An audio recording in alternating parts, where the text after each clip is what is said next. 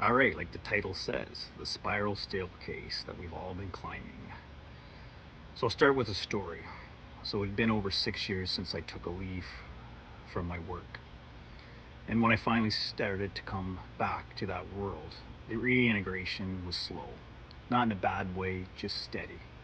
Like the arc of a circle, let's say. One foot in front of the other, always moving forward, always orbiting. But I noticed something around that 300-degree mark into that circle, right before it would have completed the loop. I started to recognize something, and it was a pattern.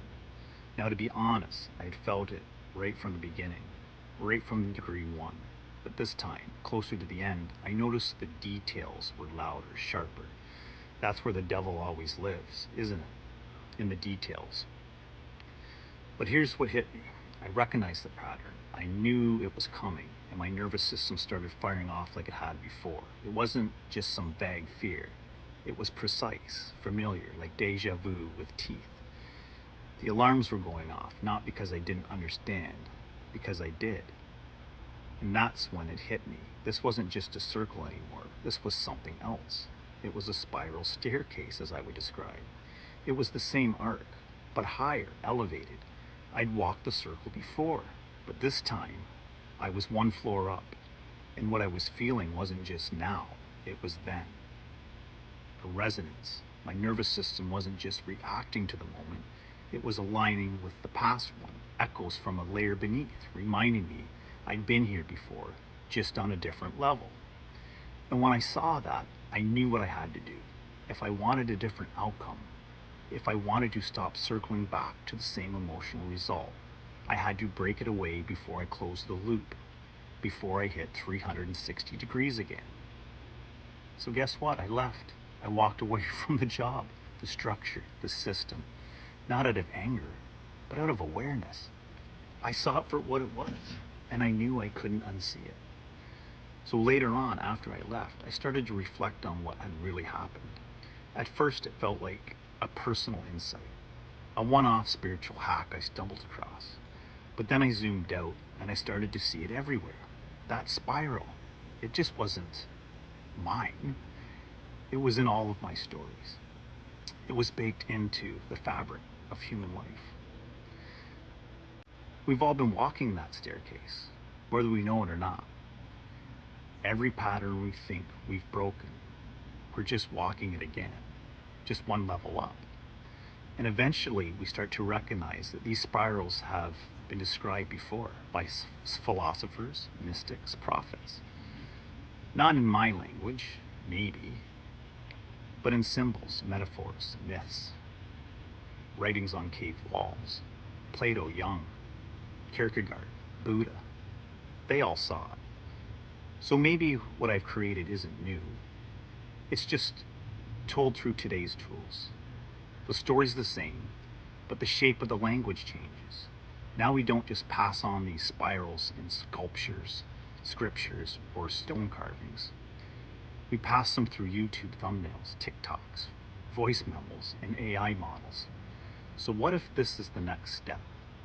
As artificial intelligence begins to take over the predictable, the mechanical, the routine, maybe it's not about what we do next, but what we start to see. Maybe that's the shift. Maybe these stories we've carried for millennia have all been pointing here, not to the end, but to the bridge between worlds. The old currency was labor. Maybe the new one is wisdom. And then, as I let all of it sit inside of me, I started to think, where else have I seen this idea? Even before I was awake or tuned into these deeper levels. And that's when a memory came back, a simple story I saw when I was young. Probably just a flicker on a show, late night TV, but it stuck with me. So, a kid, always feeling lesser than his friends, stumbles into a park after another day of being teased. And there he meets this strange man, a mysterious figure who offers him a promise. If you want to have what they have, do exactly what I say. The kid agrees, and the man tells him to start saving comic books, coins, toys. Never open them, never sell them, just keep them safe. So this kid does. Decade after decade, the kid grows into a man, still working a basic job, scraping by, stacking storage units with collectibles. He gives up relationships, adventures, even his sense of joy, all to follow this cryptic promise. Until one day, as an old man, he finally breaks. Sitting in a dusty room full of old boxes, he feels like a fool, betrayed, alone. And then something small happens. He picks up a coffee mug full of coins, just loose change, really, and decides to go buy himself a decent meal, just one, a final indulgence, as he would put it. But as he walks towards the restaurant, a woman spots him and sees the coins. Not as pocket change, but as rare, valuable pieces. And she offers him $100,000 for them. He laughs, she insists, and suddenly it clicks. The man from the park wasn't lying. The promise just took time. You see, in that story, which I never fully understood till now, he wasn't just saving money. He was planting seeds. And it took over 35 years for the trees to bear fruit. And that brings me back to this, to right now, to this voice memo that I'm doing, this monologue, this conversation between me and whoever's listening out there in the ether. Because maybe that's what I'm doing right now, planting seeds, not for me to harvest, but for someone else down the line. Maybe a stranger, maybe one of my kids, maybe you right now, maybe you in 10 years, maybe humanity. And maybe, just maybe, that's the point of all this. One of the most powerful moments in all of this came not from a logic or a story, but from what I'll call a spiritual experience, a soul moment. I don't even know how to explain it fully, and I've been doing my best to through stories. It was as if I was asleep, but wide awake somewhere else. I felt myself eject as a pure energy from this world through the clouds, the stars, the galaxies, beyond. I shot so far past the boundaries of everything I'd ever known that when I finally came back down, it was like returning to the base of the staircase. But this time I knew the whole spiral existed. I had seen the map. I don't know how, but when I returned, I did. And I realized maybe that's what I'm doing.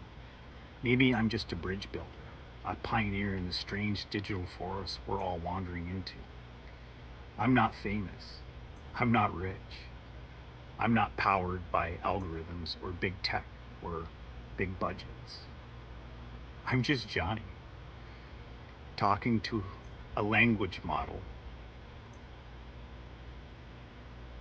or whatever this is, sometimes in my basement, outside.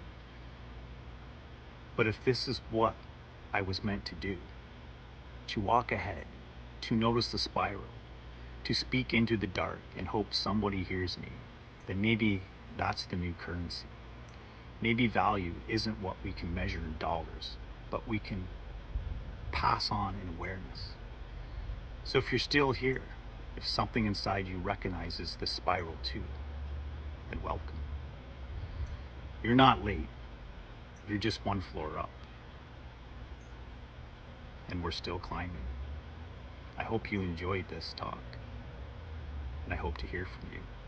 Now, the present, or the future. Peace.